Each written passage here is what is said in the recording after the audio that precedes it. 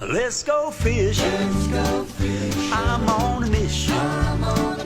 It's so pretty, I'd sure hate to waste this chance. We'll find a shady little spot, not too cool, not too high, perfect for a little fishing.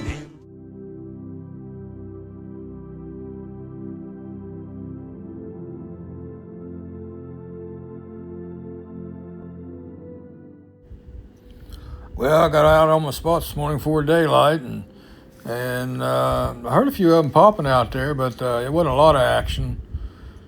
And I caught one there right before we got really bright, and then I caught 6 or 7 more, but all of them were pretty small, not very big. But yeah, well, you know, it is what it is. Get what you can get.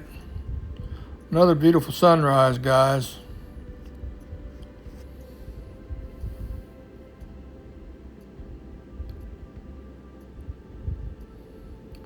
The hot weather's got them pretty well shut down. I mean, right after it gets daylight, I mean, you can't hardly get a bite. So, but yeah.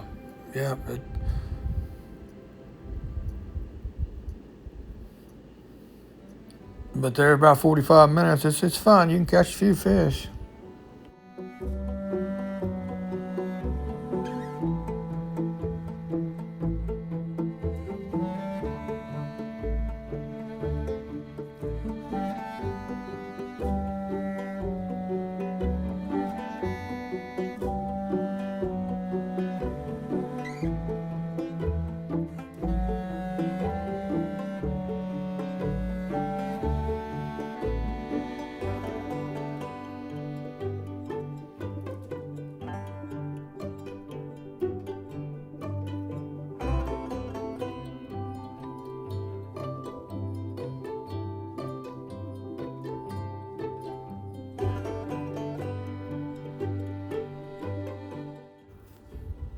Not a bit of wind. I mean, it was pretty flat out there. I mean, just a little bit of a rustle in the water, but it was a pretty calm morning.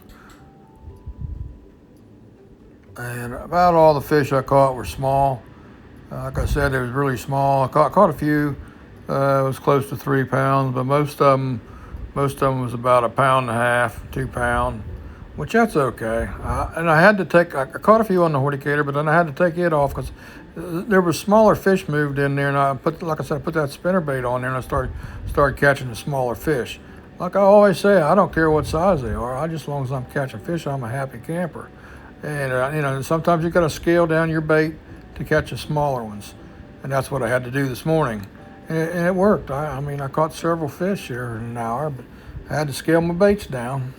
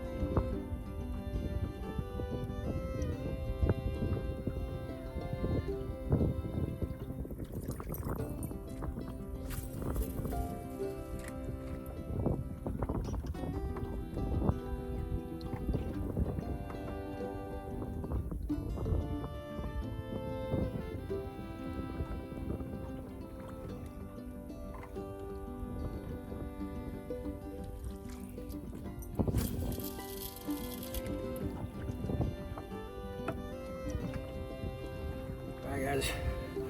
I caught a couple, caught some nice ones this morning. I mean, 2.5, 3 pounds.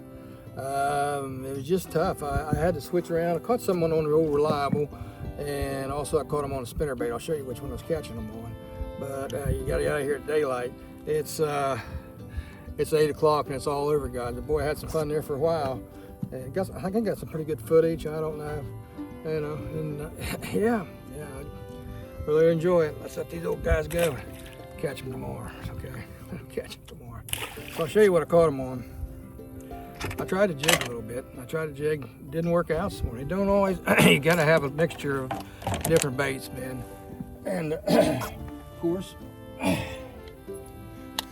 now real early, I caught them on the old reliable right there, you know.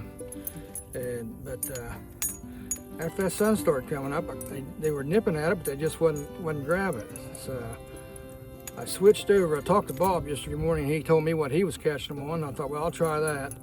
And so I switched over to my old Zebco guys, my old Zebco days. That slows me down. It slows me down because I know they were just barely nipping, and this Zebco slows me down. This is a bullet, okay? And I caught 80% of my fish on Hoyt's spinnerbait, guys. That gold-bladed spinnerbait with a bitter swim bait on the back of it, dipped down in chartreuse. I forgot about that. Bob was telling me about it, and that's what I caught most of them on. But I had a good morning, always. Thank the good Lord for giving me another day again. And Christ our Savior, man. I just got to remind myself every day of that. I didn't have my tubing so good. I didn't have my tubing on here, and what it does, if it wraps around, even this, if it wraps around the side, it pulls that thing sideways, and it gets caught up in the grass. You got to have that thing coming directly off there. I got to get my tubing out, keep my tubing out, but that's what I caught them on this morning. But a lot of them are small, really small. I didn't catch no giants this morning, but yeah. Good time on Lake Okeechobee, guys. Give me a call, 304-398-5215. And with this tough fishing like this, it only lasts a couple hours the most. If you want to go, it's $200 till 9 o'clock. Because at 9 o'clock, it's over. I mean, it's 8 o'clock now, but it's $200. If you want to go with your buddy and you want to go out in the morning real early, and it's $100 a piece till 9 o'clock. And there's no sense really fishing doing after 9 o'clock because that bite pretty well dies. Hey, September might be it. If September don't change and we don't get a lot of rain, kind of flush this stuff out, I'll just go right through September for $200 for 2 hours, guys, or 3 hours, or whatever you want to go. Now, if you want to go on until 11 o'clock and grind it, I'll do that for, $350. But if you just want to go out for a couple hours, and 3 hours at the most, it's $200, and that's for 2 guys. That's my Dog Days special. So, all right, give me a call, guys, 304-398-5215. And if you're not comfortable with a bait caster or a spin caster, these bullets are nice reels. You can use this bullet, ladies and young kids that don't want to throw a spinning reel or a bait caster.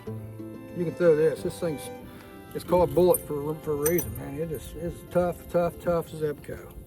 It's a Zebco beefed up on steroids, guys. That's what I always say. But anyways, give me a call, 304-398-5215. Still had a pretty good morning for 2 hours.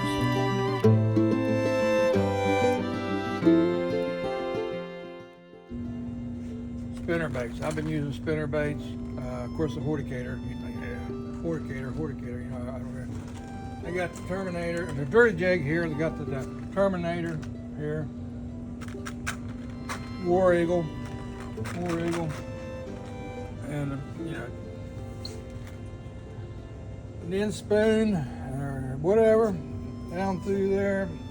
But undoubtedly, the best spinnerbait ever made, hands down. I'm not kidding you. I may find it here. The Horticator. I like the Horticator, but as far as spinnerbaits go, help me out here, Leaf. How's the Horticator? I want a spinnerbait. I'm telling you. The best spinnerbait ever made was right here, guys. I'm not exaggerating. I was dragging them things out of that grass this morning. Any of these other spinnerbaits would have broke. I mean, what they do is they bend. They'll bend right here, and then you bend them back, and you bend in the grass and the weed, and you bend them back, and they break off right here where the leg is. Let me show you why these don't break. And these catch fish, man. I mean, they really do. You buy this Use it for 30 years, it'll still look like it just came out of this pack, and I'll show you why. See how he twists that right there. Look the size of the wire. Doesn't affect it a bit. He puts good spinners on it. Nice big hook. I'm telling you, this is undoubtedly the best spinner made in the world. It really is. I mean, I don't care if you're fishing for tarpon or snook or whatever, bass or walleye. This thing holds up. And this morning, I nailed him with that right there. But yeah, stop in here at Garrett's. The only place you can get these is Garrett's Tackle Shop, guys. This is the only place that has them. And right there, Hoyt makes them. Hoyt Spinner, he makes them. But this is the only place you can buy them at. It's right here at Garrett's Tackle in Okeechobee. He's got his phone number on here. If you really want to get one, and you can't get here to the shop, you can call him and order one. But if you're close here, it's worth your money to buy one of these guys. I'm telling you. Use heavy line so you don't break it off. If you don't break it off, it'll last forever. Anyway, you want to add anything to that, young man? You got her. Okay, guys, over now. I got a little segment here on the cream worms when they first got started. It's kind of interesting.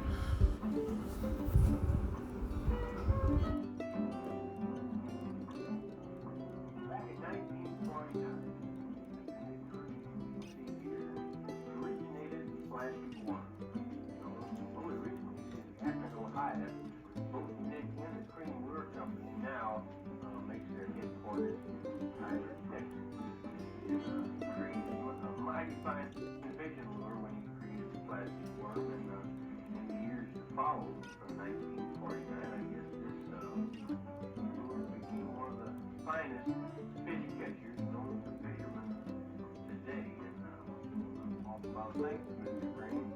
And on behalf of Nick and the Green Lure Company, Mr. in the United States, I would imagine, it's located right on the Texas-Louisiana line. It's kind of a joint effort between the two states, and it's a mighty fine lake. Now Tracy here has spread out a bunch of cream worms, get them already rigged up on the slip sinker to catch some bass. This is one of the most important things about this plastic worm fishing, and most of our fishing today will be done with slip sinkers. The slip sinker goes on first, and then about a 4 or 5/0 worm hook. And then the worm is threaded on, and pay real good attention to how this is threaded on, because this is the thing that makes this worm real weak. First of all, it's put right in the head, pulled out after about a 1/4 inch, pulled on down into the worm, and the barb is buried back into the about the egg sac of the worm, and this keeps it very weakless, makes you able to work it through the brush and the woods and the rocks and just about anything without getting hung up. And yet when Mr. Bass gets a hold of it, a jerk at the right time will set the hook through the fish. Here it is again. The eye is pulled on down through the head of the worm, and then the barb is buried back into the worm.